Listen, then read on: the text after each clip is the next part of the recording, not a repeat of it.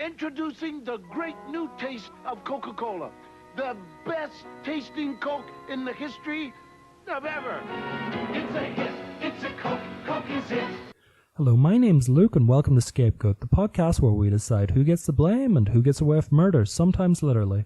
We're going to be speaking this week about one of the world's biggest brands, Coca-Cola. Specifically, I'm going to be speaking about the new Coke fiasco which happened in 1985, where Coca-Cola decided to change their formula.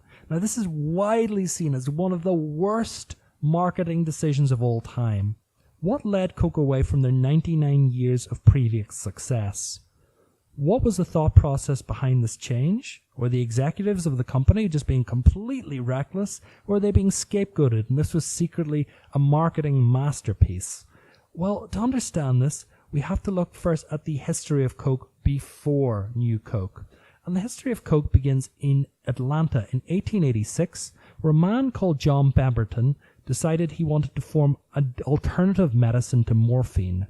The original version of Coca-Cola was based off wine, and the recipe featured coca leaves, which is where cocaine is produced from, and that's why it's called Coca-Cola. The original beverage had an estimated 9 milligrams of cocaine in it. This recipe was changed around the turn of the century. However, Coca-Cola still uses coca leaves in its product.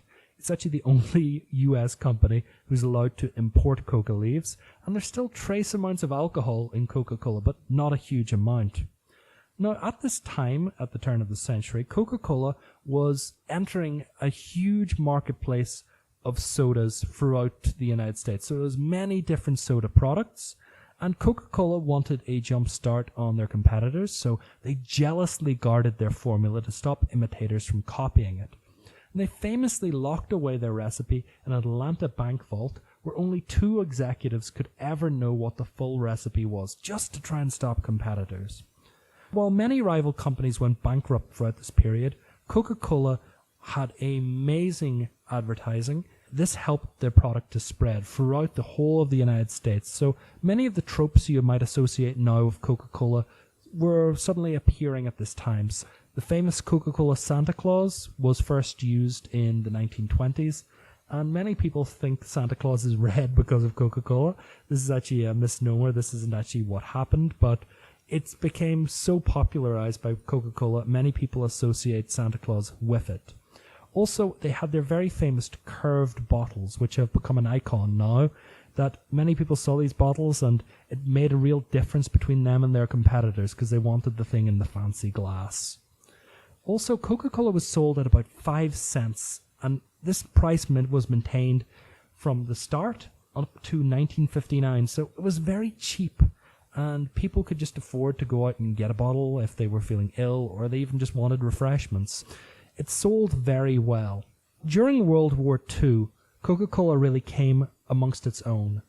Because Coca-Cola was associated with servicemen, many people were buying it as a kind of patriotic thing, and Coca-Cola was giving a lot of bottles and a lot of access to Coca-Cola for their troops. It was so popular that Coca-Cola was exclusively led around sugar rationing during this period. Other products were rationed, their sugar, they weren't allowed to have as much, but Coca-Cola was allowed as much as they wanted because it was seen as something that they needed to help the war effort. So this led an entire generation of people just to really associate Coca-Cola with America. And Coca-Cola was still on top after the war, with about 60% of all sodas sold in the United States being Coca-Cola. They began to increase this by just investing in the fast food sector and in vending machines. So if you went to a McDonald's or a KFC, they would exclusively give you Coca-Cola products. So this helped sell this, and vending machines were the same. Coca-Cola would only let their products be in Coca-Cola exclusive vending machines. They had a major market share. And this continued throughout the 50s and 60s. However, their rival Pepsi-Cola, who had the original name Brad's Drink, which I think is a great name, began to close the gap throughout the period of the 1970s with a very clever advertising strategy. Pepsi realized that it was foolish to try and target the World War II generation because they had such a close affiliation with Coke. So they began to target the younger generation. While Coke sales maintained their strong hold with older customers, Pepsi were doing a lot better with the younger generation. Were actually outselling Coke. And there was a real watershed moment with a Pepsi advertising campaign in 1975 called the Pepsi Challenge. Consumers were shown 2 glasses, one which contained Coke, one which contained Pepsi, and they were just asked, tell which one tasted better, and they didn't know which was which, and Pepsi found that a lot more people preferred Pepsi to Coke because of its sweet taste. So they started saying Pepsi tastes better than Coke. Most people prefer Pepsi to Coke. The Pepsi Challenge really started to have this major effect, and Pepsi started selling even better. So it was slowly closing up to Coke. So by 1980, Pepsi was outselling Coca-Cola in supermarkets and in corner stores. Coke was only ahead of Pepsi in total sales, thanks to their exclusive restaurant deals and vending machines. To try and reclaim their market share, their new CEO in 1982 came out with Diet Coke. And this was the first Coke-branded product to be released since 1886. And this became an overnight success, which quickly became the world's 3rd most popular soda. Coke executives believed that due to the popularity of Diet Coke being so much sweeter, people actually preferred the taste of Pepsi, and they began to formulate a way to try and stop the rise of Pepsi. So we're going to look at what happened next, the start of New Coke.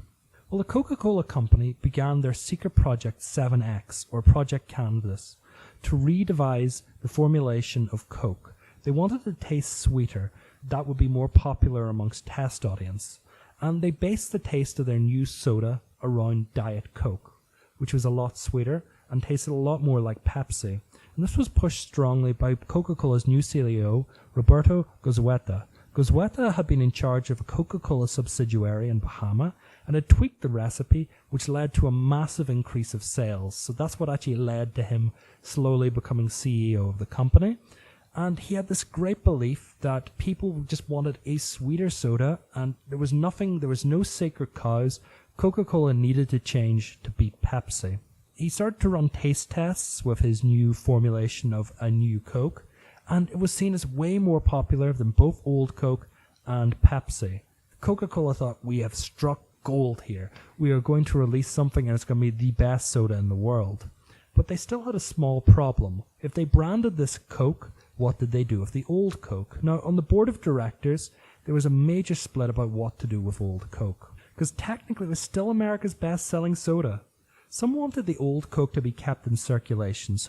People who didn't like the new formulation could continue to enjoy it, and Coke's market share would be totally the best. But Coke wanted to still remain the best-selling soda individually, and they were terrified that if they released a new Coke and Old Coke was still there, it would split the market share in two and would give Pepsi a large advantage. So Pepsi would become the biggest soda, and they could use it in their advertising, saying America's favorite soda and America's best, and Pepsi's the most popular. Coke, terrified by this, they kind of forced through saying, no, we need to get rid of Old Coke and for New Coke just to take over, because we don't want to lose market share. We don't want to give Pepsi this leg up. This product was developed in secret, and on the 23rd of April 1985, Coke announced to the world that they'd be changing the recipe, and this caused a huge shock. The change would only immediately take place in the United States, but they're hoping by late summer the new formula would be in Canada, Mexico, and Europe. They got Coke's main spokesperson at the time, Bill Cosby, to start pushing Coke very heavily in advertisements, and these advertisements were running all the time. On the local level, they advertised in newspapers, they had local events, so a lot of people were aware of New Coke. Within 3 days, it was predicted that 96% of American adults knew that New Coke was coming. Immediately, it started to sell really well. Compared to the year before, there was a massive increase on Coke sales. Coke was rubbing their hands with glee and saying, yes, we have come up with gold, we have replaced Old Coke with something better, and this is great. This is where a good story would end, but this is where the bad start's going to begin. We're going to look at, why did New Coke decline? Well, the thing is, the majority of people seemed to enjoy the New Coke formulation, but there was a backlash amongst customers who felt disgruntled by the change. Many people began to complain about it publicly. So, for instance, in Huntington Woods, Michigan, a woman called Libby Levine began to complain to local newspapers about the change in Coke, and started to fight back campaigns saying, bring back old Coke. She became a bit of a celebrity throughout the Midwest, and she was featured in different newspapers, and different people started to think, we want to bring back old Coke. Meanwhile, on the West Coast in Seattle, two men, Gay Mullins and Frank Olson, borrowed $120,000, or according to a BBC documentary they appeared only 5, but we'll say 120,000 because that sounds far more impressive, to form an organization called the Old Cola Drinkers of America, which is a pressure group to try and reinstate the old Coke recipe. This organization had 60,000 phone calls within the first 40 days. Frank and Gay began to ring radio stations across the United States to try and raise awareness and to try and hassle Coke into re-putting out their old formula. They gave out the Coke helpline number, which is 1-800-GET-COKE, and it was soon flooded with complaints, people writing in letters. There's a famous letter that the Coke CEO read out that he was addressed as, Dear President Dodo, or he got one that he said, can I have your signature? Because I want a signature of the dumbest businessman in America. So people were starting to make it really personal against the Coke CEO. Gay Mullins himself tried to sue Coca-Cola to try and switch the recipe back to the old one, but his lawsuit was thrown out of court by a judge who said, quite simply, I prefer Pepsi. The late-night talk shows of the time with Johnny Carson and David Letterman began to use New Coke as a butt of their jokes, so if something was failing, they compared it to New Coke. Pepsi used this New Coke marketing to their advantage. On the day that Pepsi heard that New Coke was being announced, they gave all their employees the day off in celebration of them winning the Cola Wars. They said, Coke has blinked. They decided to change their formula to be more like Pepsi and ran this successful advertising campaign called Now I Know Why Coke Did It, where they had different people saying, I always drank Coke and I'll try Pepsi. Now I know why Coke did it, to taste like Pepsi. This was massively important to Pepsi, and they had their biggest increase in sales throughout their entire history. Their sales went up by 14%. Pepsi was doing very well out of this. Well, Coke sales had plateaued after the initial launch. Things were going well, but they had flatlined. Many consumers were now traveling miles to stores to try and stock up on old Coke. So if you heard that a store 50 miles away had old Coke, there would be a bit of a rush by people to try and stock up on the old supplies. Different people started running successful businesses of importing the old formula Coke from Canada and Mexico and selling it second hand. So it was almost like an illicit market of old Coke was appearing. In Cuba, Fidel Castro, who had been a lifelong Coke drinker, said the collapse of New Coke is a sign American capitalism is failing and communism is winning. So it was starting to look bad for the entire whole of the US image because Coke was doing badly. During July, the executives of Coca-Cola met the European bottle makers in Monaco to see if they could convince them to change to New Coke, and almost universally the European bottle makers said, nope, we have no interest in New Coke, keep the old Coke in Europe, that's what we want. Donald Keogh, who is the president of Coke, said that he went to a small restaurant after this, after being browbeaten, and the waiter in the restaurant brought out a bottle of the original Coke, of old Coke, and said, here you go, this is the real thing, this is great, don't you love Coke? And he said, like, that for me was the moment I had a real change of heart. I knew that New Coke was failing and we needed to bring back the old thing. So within a couple of days, by the 11th of July, which is a couple of days' time, Coca-Cola announced they were bringing back old Coke by the name of Coca-Cola Classic, and was to be run alongside New Coke. And they said, like, you can have Classic Coke or New Coke. We're now giving you a choice. And Classic Coke was amazingly popular at the time. Many TV shows had sudden news breaks where they announced Coca-Cola was being brought back. It was seen as that popular. Coke Classic started to outsell both Pepsi and New Coke. Within 15 months of bringing back New Coke, it was selling double of what Pepsi was. So there was a massive increase of Classic Cokes. Classic Coke was doing incredibly well all of a sudden, and it looked like Coke suddenly had won the Cola Wars. Now, Bill Cosby, who had been the Coke spokesperson and had been used heavily in the advertising of New Coke, got really, really badly upset by the fact that New Coke had failed, and he said, like, this makes it look like it's my own personal failure. So he abandoned the Coca-Cola company, and they replaced him with Max Headroom. Looking back with a historical view, I think Coca-Cola is pretty glad now that Bill Cosby is more associated with Jell-O pudding than he is with Coca-Cola, but we won't go into that very strong now. Coca-Cola started to just realize people want the old Coke and call it just Coke. So Coca-Cola Classic began to disappear from the packaging, and New Coke was branded Coke 2 in 1992. And it went on for another about 10 years, and then in 2002, it had just such a small market share, they just got rid of it. It had been an experiment, and it had failed. And saying New Coke failed, why did it fail? Well, number-wise, it didn't exactly flop, because there was an initial burst of people buying New Coke, and then it kind of plateaued, it flatlined, but Coca-Cola didn't really lose that many people. There was just a lot of vocal people who didn't like New Coke, but they didn't lose that many customers. Indeed, the people that they lost didn't actually become Pepsi drinkers. They just stopped drinking cola, and Pepsi was just gaining more people who they were naturally going to gain anyway.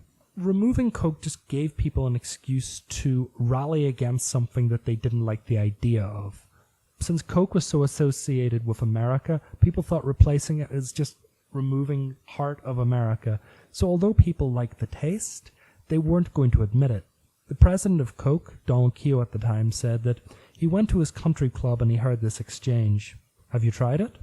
"Yes." "Did you like it?" "Yes, but I'll be damned if I let Coca-Cola know it." So people were just really kind of like, we might like it, but we want the old Coke back. Now, taste tests indicated before the change that people liked New Coke, but when they were asked the question, would you buy this flavor if it was Coca-Cola? Many people said, not so much. And about 10 to 12%, an angry minority, got really mad and said, if you do this, I will boycott Coke and I will get other people to boycott Coke. And they started even noticing in the trials that these people started to get the other members of the group to go against the new formulation. There was an angry just people who didn't want it. So 90% were fine, 10% were a really vocal minority. Included in this is Gay Mullins. He said, I like old Coke. He was given a taste test twice with Pepsi, New Coke, and Old Coke, and he was always found to prefer New Coke, but he had become so entrenched in his view that New Coke is bad and Old Coke is America and I love Old Coke, that even though he preferred the taste of New Coke, he would never admit it and just would never really drink it. There was also a problem many people found with the taste tests that Coke were running before they did this. So the taste tests they gave people a glass of Coke. Now this isn't like a big glass, this is kind of like a sipping small glass. So it wouldn't be as much as a can or as much as a bottle, which people would drink. It would just be a small amount. When you're drinking such a small amount, people have theorized that you would like a sweeter taste, but if you had to drink a lot of it, you would actually prefer the taste of the original Coke. So they said the taste tests were biased because most people don't drink a thimble of Coke, they drink a glass of Coke. So over a glass, you'd prefer Coke to Pepsi, but if you're drinking a small amount, all you would taste is the sweet, and you'd be like, this is nice. And I can see the logic in that. I mean, I remember just trying a sweet food my friend had, and I was like, oh, that's delicious.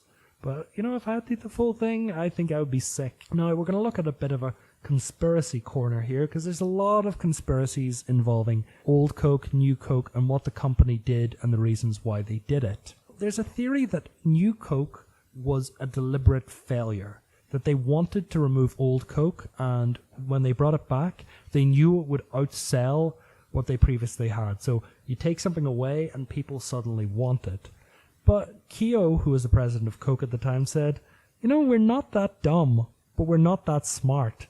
We can't really think that far ahead in the future.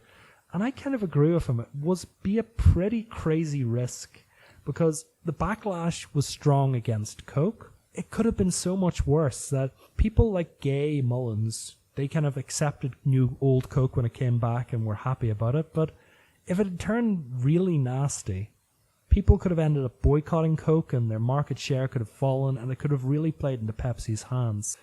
This is a nice conspiracy theory, but in practice, it's a huge risk and I don't really see it as the best, smartest move if it did happen, so I'd be inclined to believe the people in charge of Coke wouldn't really want to risk this. I think it was more the hubris of the new CEO who just wanted to change things because he had changed things in the past.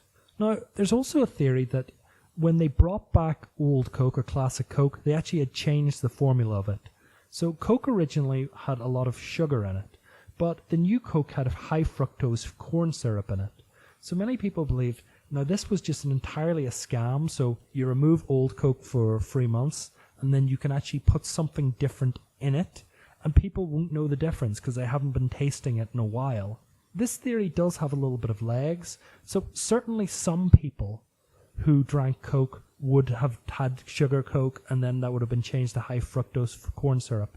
But throughout the 80s, bottlers had begun to find that Coca-Cola was very expensive to produce, so many had started putting in high fructose corn syrups themselves to try and make the recipe cheaper. By 1985, it's predicted about 75 to 80% of all Coca-Cola had high fructose corn syrup in it before the change. Certainly in some markets, people could say, no, this tastes different. What's happening? But it was a change that was happening before. I don't see this as really a great reason to do it. They could have slowly switched it to high fructose corn syrup throughout 1985, 1986, and I don't think many people would have realized and then gone to New Coke later. So I don't think this theory has legs. The final theory is to do with it being an excuse for Coca-Cola to remove all the coca derivatives from their product by reformulating it and to not get in trouble with the DEA, the Drug Enforcement Agency, because of Ronald Reagan's war on drugs, which had really been escalating over the last 6 months.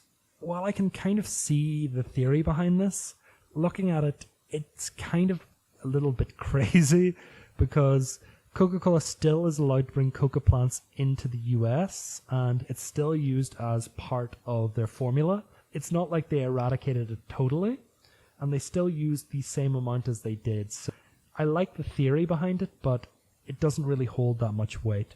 There are some people, for instance, there was a Time magazine article and a historian called Bartow L. Moore, who said that no, this is to do with the war on drugs, and you can find their articles and their books online if you want to read more into that, but I honestly don't think there's that many legs on this, so I don't believe that's true. So we're going to move this into my final thoughts, and honestly, I think it's very important to look at this as a mistake. I think it was a mistake, and I think Coke did the right thing by bringing their original product back. The way I look at it is there was the old CEO, he had this great hubris that, no, I'm the man who'll be able to change this after 99 years, and I'll be the hero of Coke, and it just didn't work out. By accident, somehow, people just suddenly embraced the idea, bring back the old Coke, this is what we really want, and it became almost linked to patriotism, and they began to sell, and it sold so much better. And that's the reason why I really think it changed. A lot of people have negative reactions to change, as you can see from modern culture, that changes can be seen as very negative, and you can see that almost today with many things, because in Coke's case there is 90% of people who are fine with New Coke, and a vocal minority managed to get it changed to bring back the old thing. Today, with many decisions, you can see most people are fine with many things, but there's a vocal minority who hate change and don't want to bring it about. If you look at the modern Doctor Who news, and this is going to horribly date this podcast, but this week they announced a female Doctor Who, and looking at the perceptions of most people I think are quiet. 90% of people who are just like, let's give her a try. Might not be my thing. She might be a good actress, bad actress, but we'll give it a go. But there's a very vocal 5% minority who are like, no, kill it with fire. This is terrible. No, the Doctor is always supposed to be a man. And on the other side, another vocal 5% who are saying, no, we need this. Doctor Who should always be a woman, and we should also have a female James Bond and a female Indiana Jones. One side's trying to stop change, one side's trying to change, and it's just a big combination of this. But I think 99% of people, or 90% of people, really just don't care. Just as something that I was looking up, because most people have never really tried New Coke, because it came out in 1985, and just going by the demographics I get for listeners of this podcast, most people are in their early to mid-20s or slightly above that, but no one's really in their 40s, so If you didn't try new Coke and you're thinking, oh, well, you're reviewing an old product that I can't try, if you want to really try something very similar in taste, try Diet Coke, because that's what it's based off. Is basically Diet Coke is that without high fructose full corn syrups. Diet Coke, New Coke, very similar taste if that's what you want to try.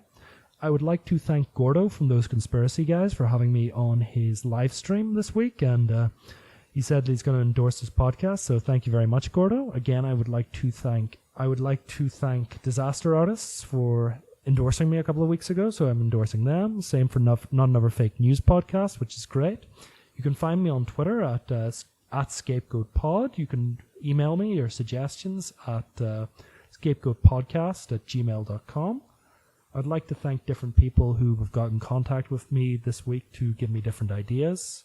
Mostly Leo, Holiday, Rosemary, and Shane, who all gave me some great ideas, and I like those. I'm not going to say them now, but next week I'm looking at maybe doing a Yoko Ono episode to see if she really split the Beatles, but don't hold me to that.